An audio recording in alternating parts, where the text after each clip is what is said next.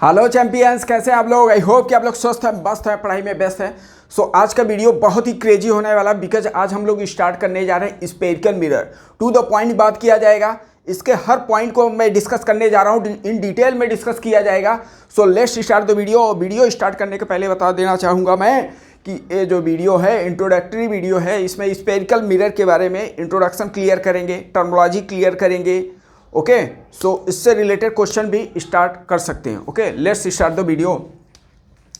हम लोग को आज पढ़ना है क्या है, स्फेरिकल मिरर। क्या पढ़ना है, स्फेरिकल मिरर।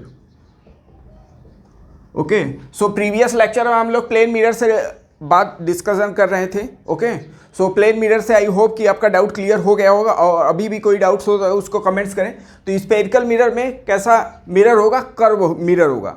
ओके, कर्वेचर उसमें होगा। तो स्फेरिकल मिरर में हम लोग दो टाइप्स के मिरर पढ़ेंगे, एक कनकेव, दूसरा कन्वेक्स। ठीक है, दो टाइप्स के मिरर। अच्छा, स्फेरिकल मिरर को समझ लेते हैं कैसे स्फेरिकल मिरर जनरेट हो रहा है। तो ऐसा कोई जैसा नाम है वैसा काम चलो, एक स्फेयर ले लो। ओके, और इसको बाहर से ऐसा आप पेंटिंग ऐसे सपोज दैट कट कर दिए आप, सब कहीं से मान लो कि यहाँ पे कट कर दिए, एक कट कर दिए, ए पोर्शन कट करके निकाल दो, ऐसा आएगा, ऐसा कुछ इसका शेप बनेगा। अब ऐसा शेप बना, इसको बाहर की तरफ अगर पेंटिंग कर दिए, अगर बाहर की तरफ पेंटिंग कर दिए तो इसे मैं क्या बोलूँगा, कनकेव मिरर। कौन सा mirror, concave mirror, concave mirror. Okay, अगर इसी में अंदर साइड पेंटिंग कर दिया, पॉलिशिंग कर दिया, तो ये क्या हो जाएगा, या इसी को ऐसा समझे, यही ऐसे शेप रहने दे रहा हूँ मैं, अंदर की तरफ पेंटिंग कर, पॉलिशिंग कर रहा हूँ। ठीक है, तो ये कौन सा हो गया, कन्वेक्स। कौन सा हो गया, कन्वेक्स मिरर। आई होप कि आपको क्लियर हो गया कौन सा कन्वेक्स है और कौन सा कनकेव मिरर है। ओके, अच्छा, थोड़ा टर्मिनोलॉजी भी इसी में एक्सप्लेन कर दे रहा हूँ। टर्मिनोलॉजी, एक अगर हॉरिजॉन्टल लाइन जो ड्रा कर रहे हो, हॉरिजॉन्टल लाइन या एक्स एक्सिस लाइन जो इस मिरर के पोल से पास कर रहा है, हॉरिजॉन्टल लाइन जो मिरर के पोल से पास कर रहा है, उसे हम लोग क्या बोलते हैं, किसी एक के लिए लिख लो, इसमें या इसमें, दोनों के लिए टर्मिनोलॉजी सेम होगा। ठीक है ना, इसे हम लोग बोलते हैं प्रिंसिपल एक्सिस। कौन सा एक्सिस बेटा, प्रिंसिपल एक्सिस। ओके, ऐसा एक्सिस, ऐसा लाइन जो मिरर के पोल से पास कर रहा है उसे क्या बोलेंगे, प्रिंसिपल एक्सिस। ओके, अच्छा, अभी क्या बताया था, ये जो स्फेरिकल मिरर है, कनकेव मिरर, कन्वेक्स मिरर, वो कहाँ से बना है, वो बना है स्फेयर से। तो स्फेयर का अपना सेंटर होता है, तो कहीं इसका सेंटर ऐसे लाई कर रहा होगा, इसका मतलब कहीं इधर इसका सेंटर होगा, सेंटर हो गया। ओके, अब पोल हो गया, इनके बिटवीन आपको फोकस कहीं आपको मिलेगा, ये फोकस भी होगा। फोकस और रेडियस कर्वेचर में अभी रिलेशन हम लोग पढ़ेंगे, अभी जानते रहें। पोल और सेंटर के बीच के डिस्टेंस को हम लोग क्या बोलेंगे, रेडियस। पोल और फोकस के बीच के डिस्टेंस को क्या बोलेंगे, फोकल लेंथ। क्या बोलेंगे, focal length, focal length. Okay, clear है इतना। अच्छा, साइन कन्वेंशन इसमें कंसीडर कर लेते हैं। अगर साइन कन्वेंशन कंसीडर किया जाए तो जो आपका मिरर है उसको आप समझो वाई एक्सिस। कैसा समझे, वाई एक्सिस। ये ऐसे समझ लें, ये वाई एक्सिस, इसमें अप्लाई करो या इसमें, दोनों का साइन कन्वेंशन सब सेम ही रहेगा। तो एक का मैं बना रहा हूँ, कंसेप्ट क्लियर करने का कोशिश करें, जो मैं बताना चाह रहा हूँ कंसेप्ट क्लियर। तो क्या मैं बोला, जो मिरर है उसको कंसीडर कर लो आप वाई एक्सिस, और आपको मालूम है वाई एक्सिस के राइट साइड में जो भी वैल्यू होगा वो क्या होगा, पॉजिटिव होगा। वो क्या होगा, पॉजिटिव। और इधर क्या होगा, लेफ्ट साइड में क्या लेंगे, इसे निगेटिव। ओके, अच्छा, जो अपवर्ड होगा उसे हम लोग कंसीडर करेंगे पॉजिटिव, उसे क्या कंसीडर करेंगे, पॉजिटिव। एक्स एक्सिस के अपवर्ड वाई क्या होता है, पॉजिटिव ही होता है, तो अपवर्ड की तरफ पॉजिटिव, और डाउनवर्ड्स में जो क्वांटिटी होगा उसे निगेटिव लेंगे। ओके, ये अपना साइन कन्वेंशन था। ओके, एक टर्म इससे होता है अपर्चर। आई होप कि अब क्लास लोअर क्लास में पढ़े होगे, क्लास 10th में। अपर्चर क्या होता है उसे एक बार डिस्कस कर दे रहा हूँ मैं। अपर्चर क्या होता है उसे डिस्कस करने जा रहा हूँ। तो जो मिरर है उसका टॉप और बॉटम जो एक्सट्रीम पोजीशन है, जो मिरर का टॉप और बॉटम का जो एक्सट्रीम पोजीशन है, उनको मिलाने वाला जो लाइन होता है उसी को हम लोग क्या बोलते हैं, अपर्चर। क्या बोलते हैं बेटा, अपर्चर। ओके, अपर्चर कहीं आपको टर्मिनोलॉजी पूछ सकता है, तो आप जानते रहे सब टर्म। तो थोड़ा आप डिफरेंस हम लोग समझते हैं कनकेव मिरर और कन्वेक्स मिरर में, अभी प्रॉपर डिस्कस किया जाएगा। इसी से थोड़ा डिफरेंस, एप्लीकेशन पे थोड़ा डिफरेंस समझ लेते हैं। इधर हम लोग लिखते हैं कनकेव मिरर, कौन सा मिरर? Concave mirror. और राइट साइड में भी लिखते हैं कन्वेक्स मिरर। कौन सा मिरर बेटा? Convex mirror. ओके, सो क्या डिफरेंस है, थोड़ा ज्योमेट्री से डायग्राम के थ्रू इसको समझते हैं, बिकॉज अगर ऐसे आप याद कर रहे हो तो भूल सकते हो, तो उसको एलिमिनेट करने का बेस्ट तरीका है इसका ग्राफिकल अप्रोच क्लियर करो। ओके, सो आपको ये मालूम है अगर कोई रेज इन्फिनिटी से आ रहा है या प्रिंसिपल एक्सिस के पैरेलल है, प्रिंसिपल एक्सिस के पैरेलल है, प्रिंसिपल एक्सिस के पैरेलल है, तो फोकस से पास करेगा। कहाँ से पास करेगा बेटा? फोकस से। तो ये प्रॉपर्टी है। ओके, क्या प्रॉपर्टी है? अगर कोई रेज, इंसिडेंट रेज अगर प्रिंसिपल एक्सिस के पैरेलल है तो जो रिफ्लेक्टेड रे होगा फोकस से पास करेगा। कहाँ से पास करेगा? फोकस। तो ऐसे तो बहुत रेज मैं कंसीडर कर सकता हूँ, ए भी रेज ऐसे, रेज तो इन्फिनिटी आ रहे हैं, तो आपको मालूम है कि इमेज फॉर्मेशन के लिए एटलीस्ट 2 रेज का रिक्वायरमेंट होता है। कितने रेज का? 2 रेज का। तो इसका मतलब ए भी पैरेलल है तो रिफ्लेक्टेड रे कहाँ से पास करेगा? फोकस। तो इसका मतलब इमेज यहाँ पे बन गया। ओके, अब ऐसे बहुत अगर रेज हम लोग पास कराएं, सब कहाँ से पास करेगा बेटा? फोकस से। जितने भी रेज होंगे सब फोकस से। तो कुछ इसमें कुछ आपको विजुलाइज हो रहा होगा। क्या हो रहा है कि जितने भी रेज जा रहे हैं सब एक जगह कंसंट्रेटेड हो रहे हैं, मतलब एक जगह फोकस हो रहे हैं। तो इसका मतलब हम लोग कहाँ पर यूज इसको कर सकते हैं? हाई इंटेंसिटी आपको चाहिए या हाई टेम्परेचर चाहिए, तो सन का प्रकाश अगर कनकेव मिरर पे पास करा रहे हो तो सब एक फोकस पे पास करेगा, वहाँ का हाई टेम्परेचर हो जाएगा। इसीलिए हम लोग कहाँ पे यूज करेंगे? सोलर कुकर में यूज कर लेते हैं इसका। तो एक तो प्रॉपर्टी ये बताओगे, अगर इसका नेचर पूछा है तो क्या बताओ? Converging nature, converging in nature होता है। ओके, कन्वर्जिंग इन नेचर हो गया। और इसका एप्लीकेशन यूज अगर बोला जाए तो क्या बोलोगे आप? एक तो सोलर कुकर में, सोलर कुकर, तो आजकल सोलर कुकर चला है, पैनल आता है ऐसा, और इसी के सामने अपना प्लेटफार्म होता है, उस पर आप फूड वूड रखो, चाहे वो आराम से पका सकते हो। ओके, तो इसका यूज कर लिया। वो कैसे यूज हुआ आपको बताया कि लाइट जितने भी हो रहे हैं सब एक जगह कंसंट्रेट, एक जगह फोकस हो रहे हैं, तो वहाँ का इंटेंसिटी बढ़ जाएगा, तो बढ़ जाएगा टेम्परेचर बढ़ जाएगा, तो उसको टेम्परेचर बढ़ाने का यूज कहाँ पे कर लिए? खाना पकाने में। ओके, और कहाँ पे यूज करेंगे इसका? और यूज करते हैं बेटा डेंटिस्ट यूज करते हैं इसको, डेंटिस्ट। ओके, सो डेंटिस्ट यूज करते हैं।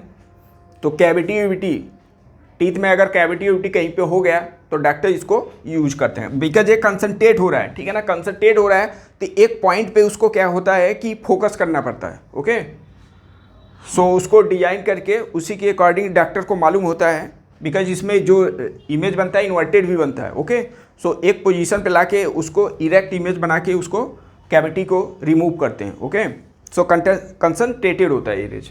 और कहाँ पे यूज कर रहे हैं इसका? हेड लैम्प में यूज कर रहे हैं, हेड लैम्प में यूज करते हैं इसको, हेड लैम्प हो गया। तो ये सब आपको एग्जांपल बता दिया। अब ऐसे सिमिलरली इसमें थोड़ा समझना है आपको कन्वेक्स मिरर। तो कन्वेक्स मिरर का अगर डायग्राम बनाया जाए, कन्वेक्स मिरर अपना कौन सा मिरर है? Convex mirror.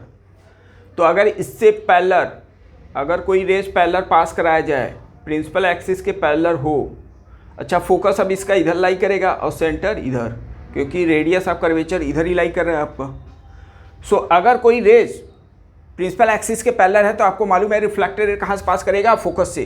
तो ये फोकस से जितने एंगल से जाएगा उतने एंगल से रिफ्लेक्ट करेगा। इसका रे डायग्राम भी आप दिखा सकते हो, बट अभी ऐसे समझो रिफ्लेक्ट करेगा। तो इसको बैक ट्रेस करेंगे तो कहाँ से पास कर रहा होगा बेटा? फोकस से पास कर रहा होगा। बैक ट्रेस करेंगे तो फोकस से पास करेंगे। ओके, अच्छा अब ये क्या हो रहा है? रेज जितने भी रेज मैं इंसिडेंट इस पर करा रहा हूँ सब रेज क्या हो रहे हैं? डाइवर्ज हो रहे हैं, सब रेज डाइवर्ज हुए हैं। तो डाइवर्ज हो रहे हैं तो इसका नाम क्या रखूँगा? Diverging in the nature. तो क्या लिखेंगे? डाइवर्जिंग इन नेचर होता है, डाइवर्जिंग इन नेचर। ओके, और डाइवर्जिंग इन द नेचर हो रहा है। क्लियर? अच्छा, एक प्रॉपर्टी ये। अच्छा, यूज और क्या हो रहा है इसका? यूज कहाँ पे हम लोग करेंगे? आरवीएम में यूज करते हैं। RVM, rear view mirror, rear view mirror, ठीक है। जो आपके व्हीकल्स में जो 4 व्हीलर इस समय जो आपके मिरर लगे रहते हैं, बैक साइड का इमेज देखते हो, उसी को बोलते हैं RVM, रियर व्यू मिरर। तो आपको उसमें जो इमेज दिखाई देता है वर्चुअल दिखाई देता है और डिमनिश दिखाई देता है, तो इसमें यही यूज करते हैं। कौन सा? Convex mirror. ओके, दूसरा प्रॉपर्टी ये आपको बता रहा हूँ, RVM में यूज हो रहा है। दूसरा इसका सिक्योरिटी पर्पज़ से यूज करते हैं। कहाँ पर? सिक्योरिटी पर्पज़ से। Security purpose, field of view इसका लार्ज होता है। अब देखो थोड़ा ऐसे समझो आप, अब इसी में डायग्राम दूसरा बना के दिखा रहा हूँ। जैसे सपोज दैट मान लो यहाँ पे कोई ऑब्जर्वर है, ठीक है ना, तो जितने भी ऑब्जेक्ट आ रहे हैं, ठीक है ना, इनसे जो रेज आएगा सब यहाँ पे मिल रहा है, इनसे जो रेज आ रहा है सब यहाँ पे मिल रहा है। तो देखो ए है, इसे बोलते हैं फील्ड ऑफ व्यू, इसे बोलते हैं फील्ड ऑफ व्यू। तो बहुत दूर का इमेज, बहुत एरिया का इमेज, देखो यहाँ पे कोई आप कोई ऑब्जर्वर अगर खड़ा है तो इसको देख सकते हैं। तो कहाँ पे यूज करते हैं इसको? मॉल वॉल में यूज करते हैं, बना रहता है ऐसा, कहीं देखे होगे आप, ऐसे स्टैंड पे लगा रहता है, ठीक है। रोड पे भी कहीं यूज कर लेते हैं इसको, ठीक है। तो इसका फील्ड ऑफ व्यू बहुत लार्ज होता है, तो सिक्योरिटी पर्पज़ से यूज करते हैं इसको, सिक्योरिटी पर्पज़ से यूज करते हैं इन्वेस्टिगेशन में इसका। ओके, सो ये इसके एप्लीकेशन है। तो एक बार एग्जाम में पूछा है फील्ड ऑफ व्यू किसका लार्ज होता है, तो क्या बताओगे आप? कन्वेक्स मिरर का। किसका मिरर का? कन्वेक्स मिरर का। तो ये आपके इंट्रोडक्शन था just about the convex mirror और concave mirror. Okay, so I hope कि you are getting my point. अब इससे आगे हम लोग बढ़ते हैं। अब बेटा लिखते हैं relation between radius and focus. Focus और रेडियस में क्या रिलेशन है? फोकस और रेडियस में क्या रिलेशन है? अब एक बार देख लेते हैं, आपको मालूम ही है, बिकॉज आप इंटेलिजेंट हैं, थोड़ा इसको समझ लेते हैं कैसे हो रहा है, समझना बहुत ज़रूरी है। तो ये कौन सा मिरर है? कनकेव मिरर है। ओके, साइन कन्वेंशन हम लोग को मालूम ही है, ये अपना फोकस कहीं यहाँ पे होगा और ये सेंटर होगा, ठीक है ना, ये अपना सेंटर होगा। अगर कोई रेज पैरेलल है, प्रिंसिपल एक्सिस के पैरेलल है, तो आपको मालूम है कहाँ से पास करेगा? वो फोकस से पास करेगा। कहाँ से पास करेगा? फोकस से। अब समझना ध्यान से, जो लॉ ऑफ रिफ्लेक्शन है उसको मैं अप्लाई कर रहा हूँ इसमें। जितने एंगल से जाएगा उतने एंगल से रिफ्लेक्ट होगा कि नहीं? आपको ये बताया गया नॉर्मल जो होगा, इस मिरर का जो नॉर्मल होगा वो फोकस से पास करेगा। ये प्रॉपर्टी आप पहले भी आपको मालूम है। तो नॉर्मल से जितना एंगल बनाया, लेट कर लिया, एंगल थीटा है, थीटा से ही क्या होगा? रिफ्लेक्ट करेगा। समझना ध्यान से, अगर ये एंगल आपसे पूछा जाए तो ये हो गया करस्पॉन्डिंग एंगल। हॉरिजॉन्टल लाइन ये है, हॉरिजॉन्टल लाइन ये है, तो अगर ये 2 थीटा है तो ये भी 2 थीटा होगा कि नहीं? अच्छा, ये अपना सेंटर से जो पोल है इनके बीच का डिस्टेंस क्या है? रेडियस r है, और ये अपना फोकस है, ये अपना फोकस, इसको कैपिटल F लिख देता। क्लियर है? अब इसी में कुछ ज्योमेट्री हम लोग यूज करते हैं, आंसर बन जाएगा। इसको लेट कर लिया m पॉइंट, इसको लेट कर लिया m, ज्योमेट्री यूज करते हैं। तो समझना ध्यान से, अगर मैं अच्छा ये एंगल थीटा है तो ये भी थीटा होगा कि नहीं? तो इसमें अगर इस ट्रायंगल में बात करूं CMP में, कौन सा ट्रायंगल? CMP में, या एंगल इक्वल टू आर्क यू भी यूज कर सकते हो। तो एंगल इक्वल टू, ये जस्ट लाइक ऐसे समझो स्ट्रेट लाइन ही है, कर्वेचर इसका बहुत अगर स्मॉल है, ऐसा सपोज दैट बहुत जैसे ऐसे है, तो ये जस्ट लाइक स्ट्रेट लाइन है। ओके, सो अगर tan थीटा इसमें यूज किया जाए, ओके, या तो इसको ऐसे समझे, इसमें अगर मैं लिखूं, अगर थीटा इक्वल टू, आप क्या लिखेंगे? Theta equal to arc upon radius होता है, theta equal to arc upon radius. वो वाला अप्रोच मैं यूज कर रहा हूँ, theta equal to arc upon radius. या तो आप ऐसे भी बोल सकते हो, ये जो एंगल है इसका डबल है, ये एंगल जो है इसका डबल है। तो वही वाला कंसेप्ट मैं यूज कर रहा हूँ। समझना ध्यान से मैं कैसे लिख रहा हूँ इसको। ट्रायंगल कौन सा? MFP, वो 2 टाइम्स होगा। 2 टाइम्स किसके है बेटा? Triangle MCP। इतना है कि नहीं? ओके, इतना है कि नहीं? अब जो एंगल दिस है वो डबल है इसका, तो यहाँ पे एंगल अगर लिखा जाए MPF, कौन सा एंगल? MPF, ठीक है, ये वाला एंगल। तो एंगल इक्वल टू क्या लिखेंगे? आर्क अपना क्या हो गया? PM। आर्क अपना क्या हो गया? PM। अपान में क्या लिखेंगे? फोकस अपान फोकस। साइन कन्वेंशन के साथ रखते हैं 2 × 2। अब इसमें अगर बात किया जाए MCP कहाँ पे है बेटा? MCP, इसमें एंगल इक्वल टू आर्क अपना PM ही होगा, अपान में रेडियस क्या होगा, आर हो जाएगा। सी पी हुआ, सी पी के बीच का डिस्टेंस क्या है, रेडियस क्या है, तो पी एम हो गया सी एम, और एफ माइनस माइनस गया तो क्या मिल गया बेटा, 1/f इक्वल टू 2/r। तो एफ का वैल्यू क्या हो गया, एफ का वैल्यू जो आ रहा है रेडियस का हाफ आ गया। तो अगर कहीं क्वेश्चन में फोकस नहीं दिया है, रेडियस ऑफ कर्वेचर मालूम है, तो उसका हाफ करने पे क्या मिल जाएगा आपको, फोकस मिल जाएगा। ओके, सो फोकस भी आपको साइन कन्वेंशन के साथ कंसीडर करना है, फोकस भी आपको साइन के साथ कंसीडर करना है। ओके, अच्छा अभी आपको फोकस के बारे में बता दिया। एक कनकेव मिरर है, कौन सा मिरर है, कनकेव। तो इसका जो फोकस लाई करेगा वो किधर होगा, लेफ्ट हैंड साइड पर। लेफ्ट हैंड साइड पे बताया था साइन कन्वेंशन क्या होता है, निगेटिव होता है। तो कनकेव मिरर के लिए फोकस आप क्या लिखोगे, निगेटिव। कौन सा मिरर के लिए, कनकेव मिरर के लिए। अब क्वेश्चन में बोलेगा नहीं बेटा कि आप साइन कन्वेंशन निगेटिव रखो, कहीं कॉल नहीं आएगा कि निगेटिव रख देना बेटा, ये अपने से मालूम होना चाहिए। अगर पूछा जाए कन्वेक्स मिरर, कौन सा मिरर, कन्वेक्स मिरर, तो इसके लिए फोकस किधर लाइक करेगा, जिधर रेडियस ऑफ कर्वेचर होगा। तो ये राइट साइड में लाइक कर रहा है, तो राइट साइड में हम लोग पॉजिटिव कंसीडर करते हैं। तो कन्वेक्स मिरर के लिए फोकस क्या होगा, पॉजिटिव। कौन सा मिरर है, कन्वेक्स।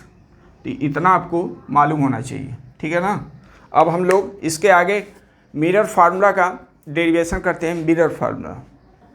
तो मिरर फार्मूला पढ़ने जा रहे हैं हम लोग, मिरर फार्मूला।